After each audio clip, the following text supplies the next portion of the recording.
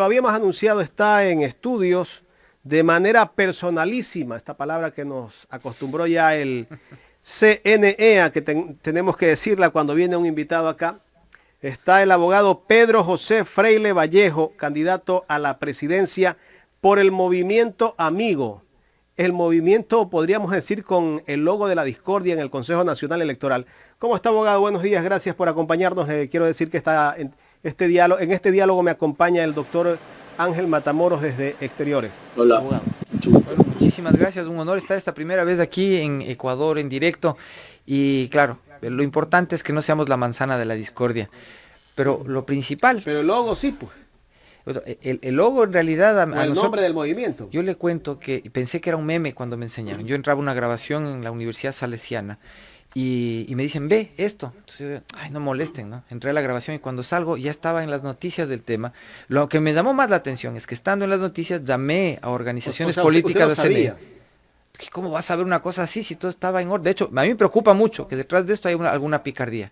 Vea, nosotros no usamos gasto electoral, ni un centavo de los contribuyentes, no usamos esto para ninguna candidatura.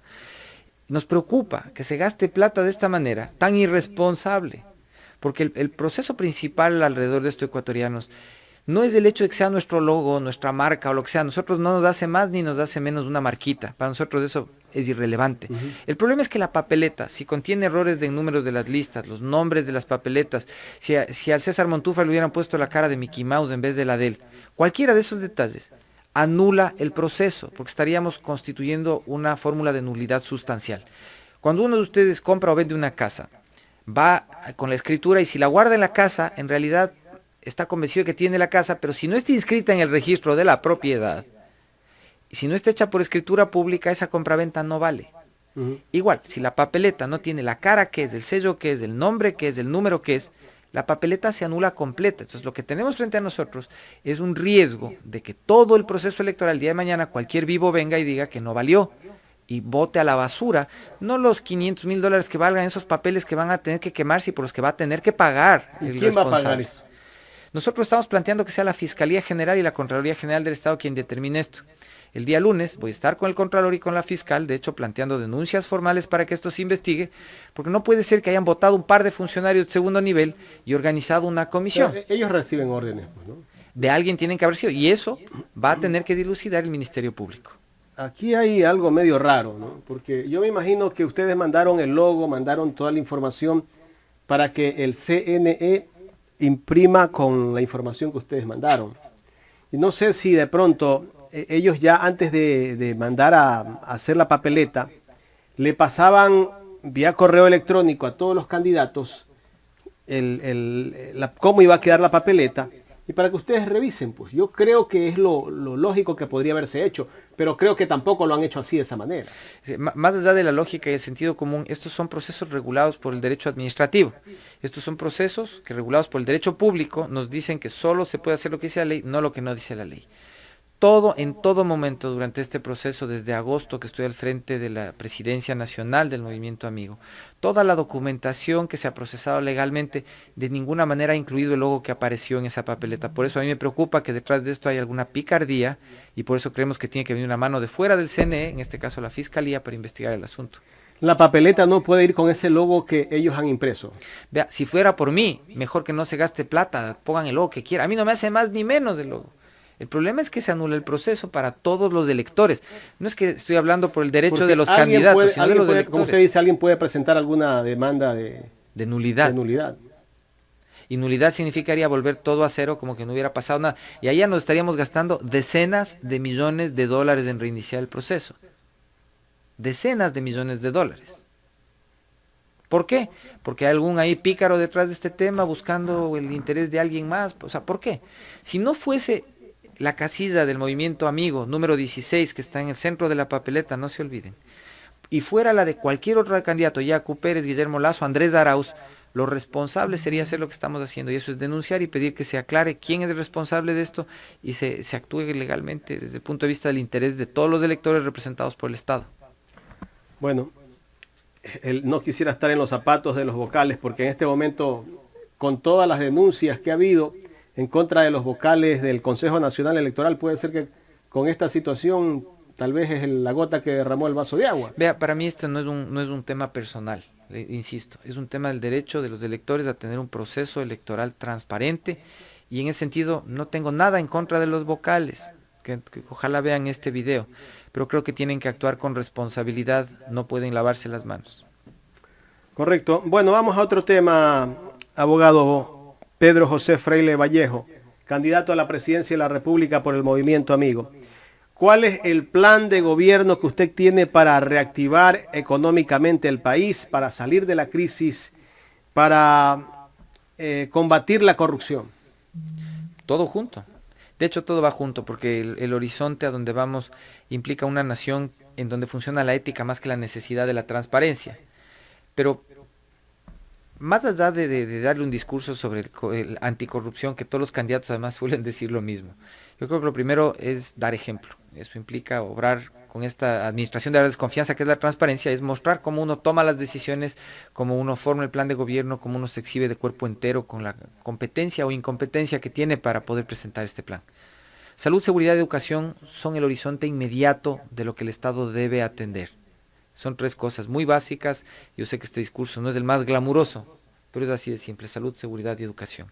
Para llegar allá tenemos que tener plata propia. Cualquier candidato que les diga que hay que hacer cualquier cosa y no les explique dónde saca la plata, está mintiendo, está miserablemente mintiendo.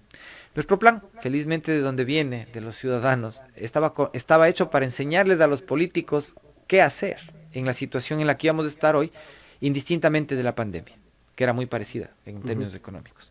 Así que el plan tiene tres momentos: petróleo, liquidez y agroindustria. La agroindustria es el sueño de largo plazo, en donde la nación se encuentra con todo su potencial humano y todo su potencial material, no solamente en la naturaleza, capaz de hacer agroindustria y hacer turismo, sino de aprovechar todos los ejes de infraestructura que para mal o bien hoy tenemos. Pero todo comienza con plata propia, y la plata propia hoy por hoy parte, lamentablemente digo yo, de tener que pensar en producir petróleo de manera masiva en un periodo de 10 meses para duplicar lo que estamos vendiendo, el volumen de petróleo que estamos vendiendo a los mercados internacionales. ¿Por qué hacerlo ahora que todo el mundo dice que están bajos los precios del petróleo? Primero, porque esa es la razón para producir con más efectividad y menores costos. Cuando los precios están altos, quienes venden servicios también los venden más caros. Pero nosotros no pensamos usar un solo centavo del Ecuador, del Estado ecuatoriano, para producir ese petróleo. Lo que pensamos es utilizar contratos de participación, que lo que hacen es atraer inversores para que nos garanticen un mínimo ingreso sobre el petróleo que ellos van a producir y vender, hasta cierto valor que se vende en el mercado, y de ahí para arriba repartimos premios. Esto ya lo hace Colombia, ya lo hace Perú. Colombia tiene la mitad de reservas que tiene el Ecuador y produce el doble de petróleo de lo que produce el Ecuador. Colombia no tiene el nivel de certificación, el nivel de conocimiento del volumen petrolero que podría producir. Nosotros sí tenemos. Pero ¿por qué no hemos producido más? Porque al darle la chequera del Estado a los políticos, ellos lo que han hecho es comprar servicios para producir petróleo, pero no se han dedicado a producir petróleo para los ecuatorianos, porque comprar servicios para producir petróleo a ellos les permite cobrar coimas. Dejar que sea un inversionista que va a correr el riesgo de producir petróleo lo haga, no produce coimas, entonces eso no les interesa. Es así de simple. Yo voy 25 años trabajando en la industria, he visto contratos y distintos niveles de contratos en Perú, en Colombia, en Chile, y he visto cómo estos países han progresado al nivel de que un contrato de estos se puede procesar en 3 semanas, mientras Ecuador procesa el mismo tipo de contrato en 2 años.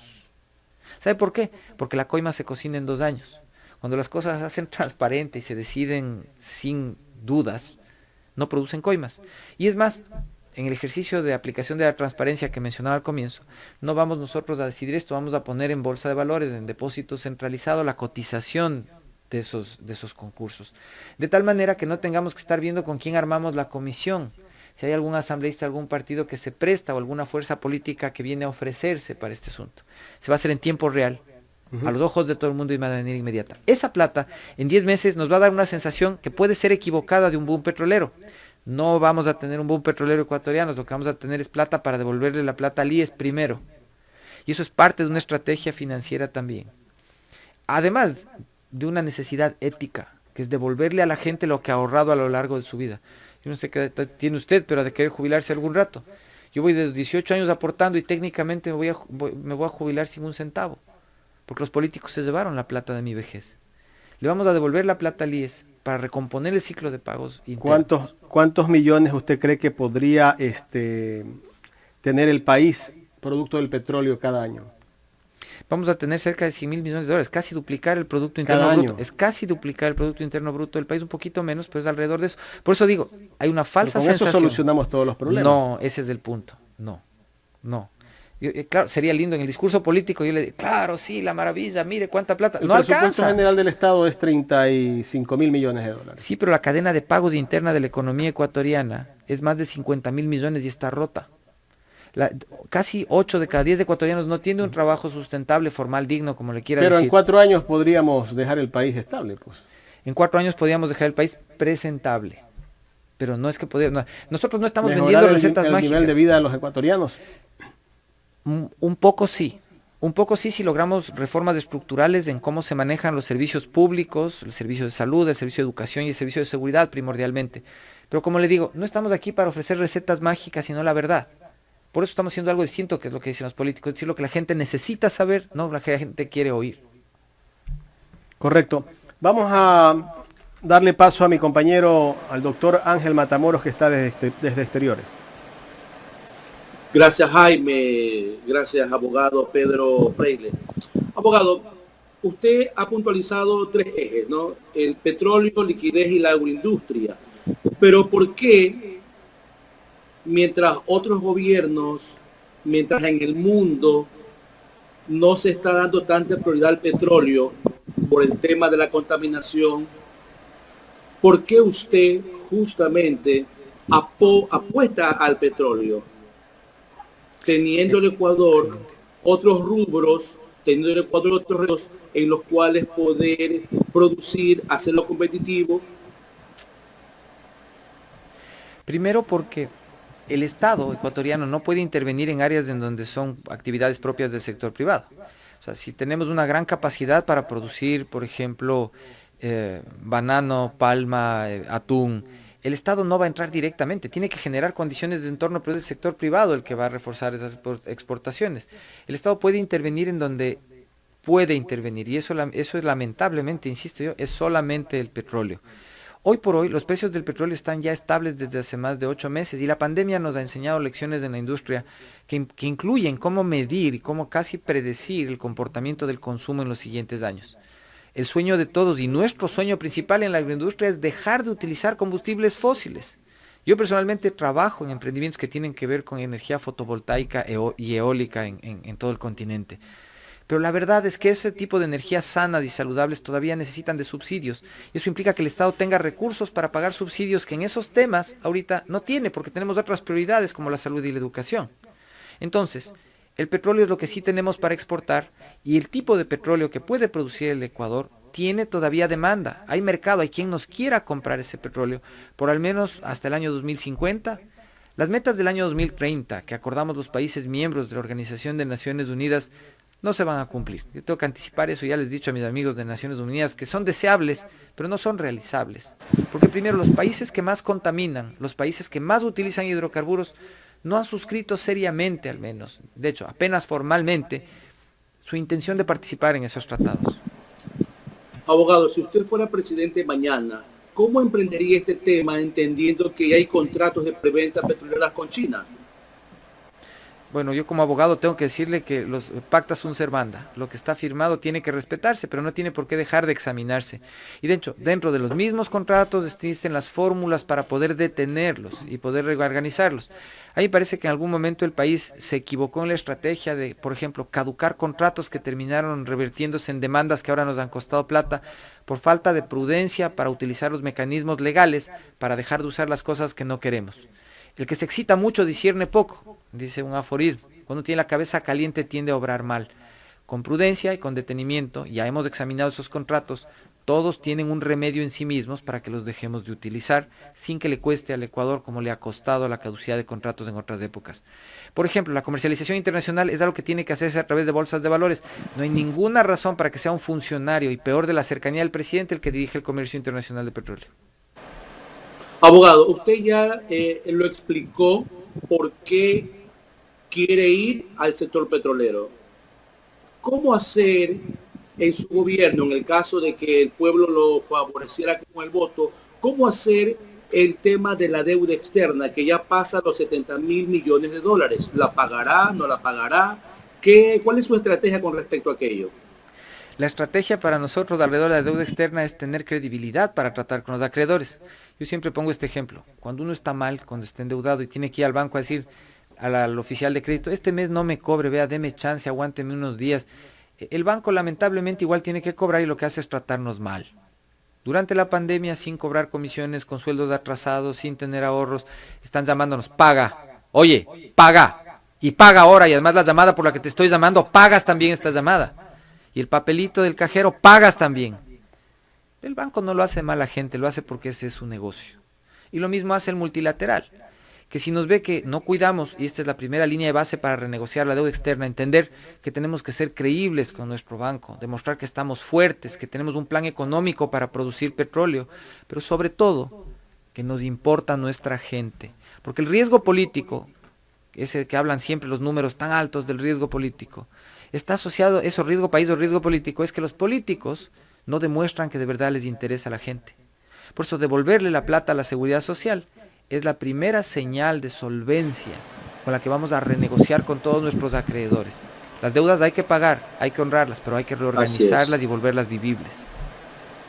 Así es. Abogado, antes de darle paso a Jaime La Cruz para que él aborde el tema de salud y seguridad, yo me voy a quedar con el tema de educación.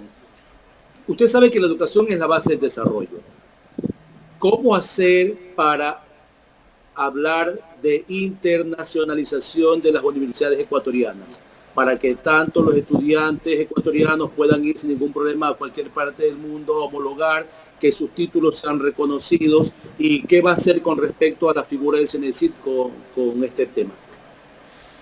A ver, Ramiro, el Ángel. asunto, Ángel, el tema viene un poco, digamos, 2, 3 pasos más atrás en el fortalecimiento del sistema desde el bachillerato. Nuestro sistema educativo se ha convertido en una malla que no es curricular, sino malla burocrática. Hoy por hoy, tanto maestros, los educadores como los estudiantes tienen una vida consagrada al cumplimiento de trámites más que al de aprovechamiento de los recursos educativos para salir adelante. Al igual que después de la Segunda Guerra Mundial, hoy por hoy tenemos toda una generación de jóvenes mejor informados que las generaciones anteriores. Un tipo de 17, 18 años del día de hoy sabe un montón de cosas que nosotros no sabemos, no tenemos de pronto ni manera de saber. Pero han sido condenados al confinamiento, los que han podido tener conectividad a través del internet para poder seguir educándose, al resto del mundo. Esos chicos necesitan habilidades manuales, habilidades técnicas. Después de que Alemania en la Segunda Guerra Mundial se quedó a 50 centímetros del piso, acuérdense que hoy están a 50 pisos sobre la vereda y en el corazón de la economía mundial. Ellos solucionaron su problema dándole oficio a las personas. No había ninguna persona que pudiera salir y ser viable por la vida si no sabía usar sus manos. En 600 años desde que se acabó el Renacimiento, desde que inició el Renacimiento, no hemos tenido una coyuntura tan dramática para la humanidad como la que tenemos en la recesión mundial sumada a la pandemia del coronavirus. No podemos esperar tener resultados iguales o vivir la vida contentos y felices pensando que las cosas son normales. No hay tal cosa como una nueva normalidad. Esta es una nueva era. Y en esta nueva era las habilidades técnicas de los jóvenes les van a permitir tener formación dual, salir e incorporarse rápidamente al mercado laboral y hacer dignamente lo que a la mayoría de ecuatorianos nos ha tocado hacer y no por eso se nos han caído las manos, que es estudiar y trabajar para salir adelante en el tercer nivel. Pero la secundaria tiene que producir créditos hacia el tercer nivel y el tercer nivel tiene que poder modularizarse para que los chicos puedan trabajar y estudiar o ambas cosas de una manera racional. La parte de la homologación de nuestros títulos viene también de demostrar que tenemos integridad e interés en que los jóvenes puedan ser impulsados al sistema. El membrete de bachillerato internacional que se ha tratado de colocar a costo de muchas cosas que incluso pueden ser indebidas en nuestro país, no garantiza el éxito de nuestros estudiantes fuera. El éxito de nuestros estudiantes depende de otras cosas también, como que el Estado cumpla sus promesas con los becarios. El día de ayer, antes de ayer, perdón, ya estoy perdido en tiempo con esto de la campaña, tuve una reunión con la directiva de la FEWE y los números que ellos manejan sobre el maltrato a los becarios son aterradores. Tenemos gente abandonada detrás de las líneas enemigas, digo yo, y eso es lo primero que tenemos que hacer, no solamente fuera del país, los que fueron cuando se acabó el IESE, sino estudiantes de aquí que van de provincia a estudiar a Guayaquil o a Quito, que pensaban que tenían con qué vivir y están abandonados a su suerte. Pero yendo más atrás todavía, tenemos un sistema educativo que está desconectado en pandemia y probablemente con 2 o 3 años más por delante en donde necesitamos conectividad. No puede ser que los maestros tengan que pagar de su bolsillo estar conectados y que la mayoría de familias a veces no tenga cómo darle un PDA, una forma de conectarse a un IP a un hijo, porque los papás igual necesitan hacer teletrabajo. El Internet es un derecho humano y los contratos, como hablábamos antes de la entrevista, de las grandes telefónicas celulares, contienen fórmulas de conectividad universal que deberían tener ya ahorrados en algún lado, en el Ministerio de Finanzas, al menos $1.000 millones para darle internet a más que todo el territorio nacional. ¿Por qué no se ha hecho eso? Porque seguramente hay alguien que esté en contubernio ahí para que nos sigan cobrando por cada minuto de aire, en lugar de reconocer gratuitamente un derecho humano que es el internet. En el tratamiento internacional, así como en el comercio exterior, la función, el servicio diplomático tiene la necesidad de ayudar a vender los productos ecuatorianos, tiene que dedicarse y abocarse como servicio exterior a conectar la Universidad Ecuatoriana con sus pares internacionales, para provocar en el ámbito de la investigación, la construcción e inversión en laboratorios. Esto de las figuras de que las APPs van alrededor de unas empresas, alrededor de las universidades, son salidas inteligentes y creativas, pero solo reflejan que el sistema está ahí para garantizar el poder de los políticos y no el servicio a los jóvenes. Jaime, te doy el paso, Jaime. Gracias, abogado. Gracias, Ángel. Bueno, vamos con el tema salud. ¿Qué propuesta usted tiene para solucionar los problemas de salud que tiene este país? En cuanto a infraestructura, en cuanto a más médicos profesionales que requieren, al menos en este momento de pandemia, se requieren más profesionales de salud. De hecho, no solo en pandemia se requieren más profesionales, sino que además hay sitios del país en donde se necesita presencia de profesionales y no hay. Quien va a ser atendido en el sector, en la red pública, normalmente aspira a que le traten como en el IES, y el que va al IES le gustaría que le traten como en la clínica privada. El que va a la clínica privada se queja porque le roban, porque le cobran demasiado por los servicios. El tema de la salud es uno de los que a mí me conmovió para interesarme en la política hace algunos años. Yo estaba en Alemania, no estaba ni de trabajo ni estudio, estaba haciendo una gira turística y descubrí que producía cálculos renales. Me enfermé, me tocó ir a un hospital y una cosa que me quedó grabada en la cabeza mal. Llegué al hospital y ¿qué cree que me preguntaron ahí? No me preguntaron de dónde vengo, cómo me llamo o cuál tarjeta de crédito tengo o si soy afiliado. Me preguntaron ¿cómo se siente? Y me curaron. Nadie me pidió nada de lo anterior hasta que estaba curado, hasta que me sentí mejor. Y entonces me dijeron, ¿tiene seguro? No tiene, bueno, firme aquí. El Estado tenía que dar ese servicio. Se trataba de una clínica universitaria, un hospital universitario de la Universidad del TU de Múnich, al cual después volví varias veces porque me dio curiosidad de saber cómo funcionaba esta nota, me pareció espectacular. Porque los ecuatorianos estamos en un país en donde si tenemos que ir a la red pública nos tratan mal, como a perros. Si tenemos la suerte de estar en un sitio cerca de lo que se note la gestión pública, tal vez un poco mejor, pero en general es como a perros. Si vamos al IES, el trato es político, porque el IES ahora es una entidad igual de politizada que la red pública. Tiene lindas instalaciones de lo que sea, pero muchas veces también hay maltrato. Y se roban las medicinas, porque se han metido los políticos. Y el seguro social es administrado no por los trabajadores, sino por los políticos. Por los políticos. O por los empresarios. Casi los trabajadores no tienen voz, pero no tienen la mayoría para poner al director, pues. Es que el tema no debería ser una administración. Hay que cambiar ese. Claro, el tema no debe funcionar como en el campo de Marte ni por votación. Debe ser un tema de competencias técnicas. Y no es que los empresarios están pagando un aporte que por ley les corresponde hacer en el sistema de dependencia, punto. No entiendo por qué tienen que votar o opinar sobre el tema. El Estado, no entiendo por qué tiene que, peor todavía, decidir sobre lo que se hace con esos recursos económicos. Pues es una barbaridad. Y en el sector privado existe tal nivel de desregulación. Por ahí hay un candidato médico también que era gerente de hospital privado.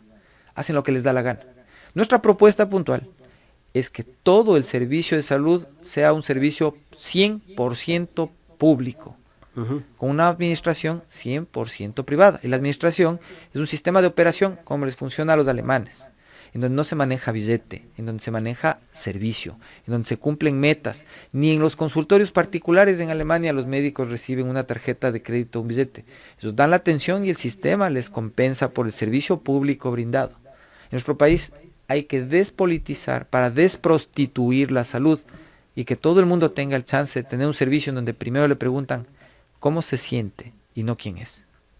Es verdad, porque justamente nosotros vivimos la misma experiencia en España, en Barcelona, que mi esposa también se enfermó y la llevamos al médico y honestamente ya no se paga. En el momento tratan es de solucionar el problema que se le presenta en cuanto a salud. Pero bueno, ojalá que en algún momento el país también copie esos buenos ejemplos. Sí. Porque si son buenos ejemplos, yo creo que también se los puede implementar acá en el país. Pasemos a otro tema. En el tema seguridad, ¿qué propuesta tiene? Hablemos de la seguridad, la inseguridad que ha habido en el país. ¿Qué propuesta tiene para darle seguridad al país? En el tema de seguridad tengo que decir que está muy ligado hoy por hoy al tema de corrupción, porque el crimen organizado, el de más grande escala, que además aprovecha de la pobreza, y falta de trabajo también creo que. Comienza por la falta de trabajo, pero quiero hacer un remarque especial, porque con esto vamos a ponerles a hablar a los candidatos en los debates de este fin de semana. La corrupción, el narcotráfico, la trata de personas, la minería ilegal, la deforestación ilegal, están asociadas a la política en el país. Es parte de la corrupción. Los políticos son los guardianes del crimen organizado en este país. Eso del narcoestado que se decía en Colombia, acá ya pasa, y con un montón de otras organizaciones criminales, y alrededor de un montón de organizaciones políticas. Los que me están oyendo, los otros competidores en esta contienda, saben a quiénes me refiero. Pero vamos al comienzo.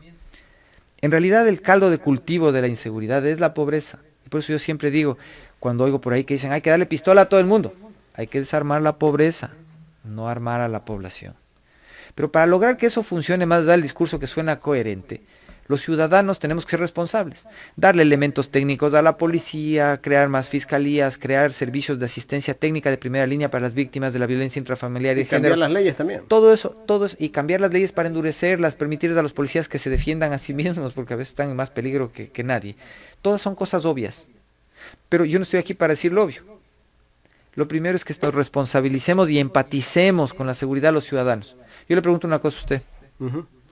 ¿Usted hay una UPC cerca de su casa? No. Pero debe haber alguna bueno, UPC a 1 kilómetro. A 1 kilómetro. No, mucho más. 5 kilómetros. Póngase que está a 5 kilómetros. Pero es la UPC que cubre el área donde usted vive. Así es. ¿Cómo se llama el oficial que está a cargo? No lo conozco. ¿Cómo se llama alguno de los policías que no lo conocemos?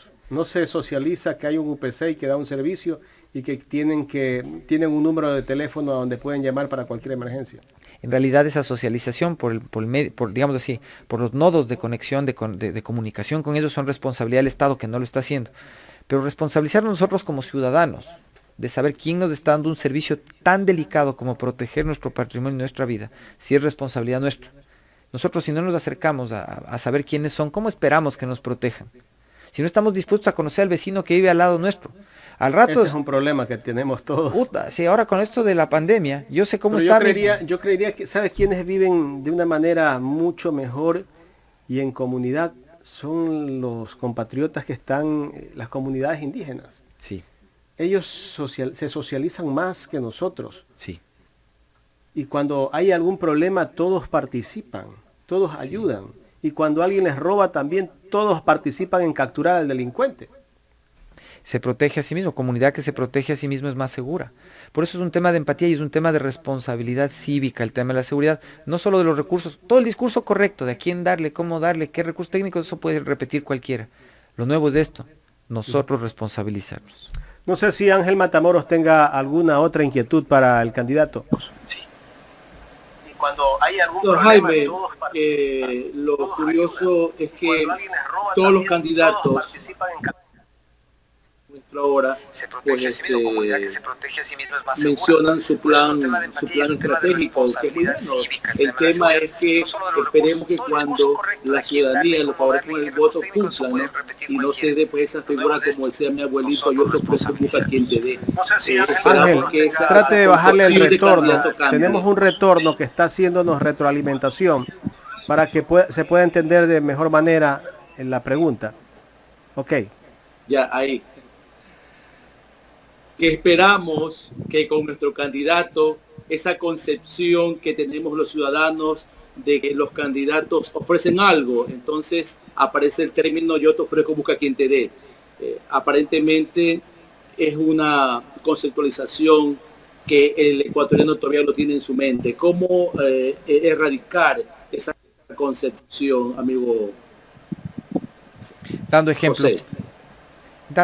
Ángel, yo soy un convencido de que obras son amores. La única manera de demostrar que las cosas funcionan es con el ejemplo propio. La transparencia, ese ejercicio, digo yo, feo de la desconfianza, es algo a lo que nos vamos a someter. Por eso el gobierno electrónico, la toma de decisiones en vivo, va a caracterizar nuestra gestión. El hecho de no tener funcionarios del nivel jerárquico superior, sino en lo más mínimo, es decir, reducir todo el número de asesores y personas que ganan un montón de plata del Estado, nuestro gobierno va a ser una característica que nos va a permitir empoderar a los servidores públicos que hacen servicio civil y carrera administrativa para la toma de decisiones. Para nosotros, Ángel, la única manera es enseñar con el ejemplo. Eso implica de pronto lo más duro, pero eso es lo que el país hoy necesita. Es una oportunidad para todos. En 600 años la humanidad no ha estado en un momento tan crítico como el que estamos hoy. Por sensibilidad, nosotros estamos dispuestos a hacer lo necesario para demostrar que sí se puede hacer. Yo le pido a la gente que confíe en mí, no porque hablo bonito, que no hablo tan bonito, sino porque vengo de la gente, porque vengo de la mayoría de ecuatorianos que está descontento con los políticos. Estoy aquí porque me cansé de que los políticos me roben todos los años. Me cansé de no poder decirles a mis hijos que hay algo digno en que reflejarse o a qué aspirar, porque el país está gobernado por unos tipos que son amigos de los narcotraficantes o de los mineros ilegales. Tengo que hacer algo, como tiene que hacer el que sea que me esté escuchando. Es una vez en la historia. Confiemos en nosotros mismos. ¿Qué tenemos que perder? Tenemos todo que ganar como sociedad. Póngalo a Ángel en pantalla, Jorge. Así es, abogado. Usted ha hecho una verdad y es hora pues que el ciudadano retome ese empoderamiento por su país y que los candidatos realmente sean transparentes. Hay muchos candidatos, hay 16 candidatos. ¿Qué le hace creer a usted que podría llegar a ocupar el sillón presidencial y según las encuestas, en qué puesto se encuentra actualmente usted? A ver, Ángel, primero yo le cuento una cosa. Yo no comento números por los que no pago. Y no pago números, por lo cual no comento sobre eso. Quiere decir que los candidatos pagan para que los ubiquen. Vea, es la primera vez que yo estoy participando en esto. Tengo decenas de encuestadoras que le ofrecen el servicio de... Yo te posiciono. A usted ya le ofrecieron. ¡Puf! Decenas. A mí me da hasta pena. La cosa es que ni teniendo plata gastaría en eso. O sea, me parece que está mal. Eso es justo falta de transparencia. Eso está medio dudoso. Tal vez ellos no hacen ni la encuesta, simplemente se sientan en un computador y dicen, aquí está tu ubicación. Claro, yo digo, pero entonces toma la foto del tamaño que quieras y me vas a cobrar por eso. Sí, es un chiste. Lo que sí veo es que en todas las encuestas son unas tortas ahí, ¿no? Perdón que le interrumpa. Esto más o menos es como los ratings de los medios de comunicación. El medio que paga está primero. Pero vuelta, los medios digitales no es así, porque le vota el mismo Google el rating o los números de seguidores que tiene. Es la verdad de la vida. Eso deberíamos de alguna manera tener para la política también, porque si no, tengo una mala palabra que estoy pensando que termina en utería. Pero realmente no es creíble. Lo que sí veo es que en todos los dibujos de esos que hacen las columnas que suelen publicar de las encuestas, hay unas columnitas de aquí que tienen el campeón, el vicecampeón, la reina de belleza, ni sé qué. Y acá una columna enorme que dice que los ciudadanos están indecisos y que están hartos de los políticos. Y al lado de esa grande al comienzo se veía la puntita que salía ahí del movimiento amigo de Pedro Freire. Porque nosotros venimos de acá, de esta barra grande donde estamos hartos de los políticos. Y ese número sí estoy convencido de que debe ser el más grande. Ahí tal vez le están atirando un poco. Ángel, nos vamos. Jaime, no. Bueno, viene el otro invitado. Ok. Bueno, que le quería decir que realmente lo que él ha mencionado es muy grave ese tema, que bueno, es de conocimiento público quizá, pero es muy grave que las encuestas se presten para engañar a la población. Y segundo, ¿cómo mide usted su nivel de aceptación? ¿Cómo lo están midiendo? ¿Cómo saber que están apostando por usted? Porque leo lo que dicen las redes sociales, leo lo que sienten los medios de comunicación y lo que opinan sobre esta primera incursión que estamos haciendo. A la gente sí le interesa conocer el plan, le interesa ver la preparación y vemos los comentarios. Gente que no conocemos y cada vez son más, que sienten compatibilidad con lo que nosotros estamos planteando. Gente que es igual que nosotros. espacio, abogado. Queremos agradecerle, abogado Pedro José Freile, por haber estado aquí en este espacio. Y en todo caso, le deseamos suerte. ¿Qué tiempo va a estar aquí en Guayaquil? Hasta el día lunes. Este fin de semana hay 2 noches de debate presidencial organizados por el Consejo Nacional Electoral. El sábado a las 8 de la noche y el domingo a las 10 de la noche. Verán ustedes la oportunidad, estamos preparados.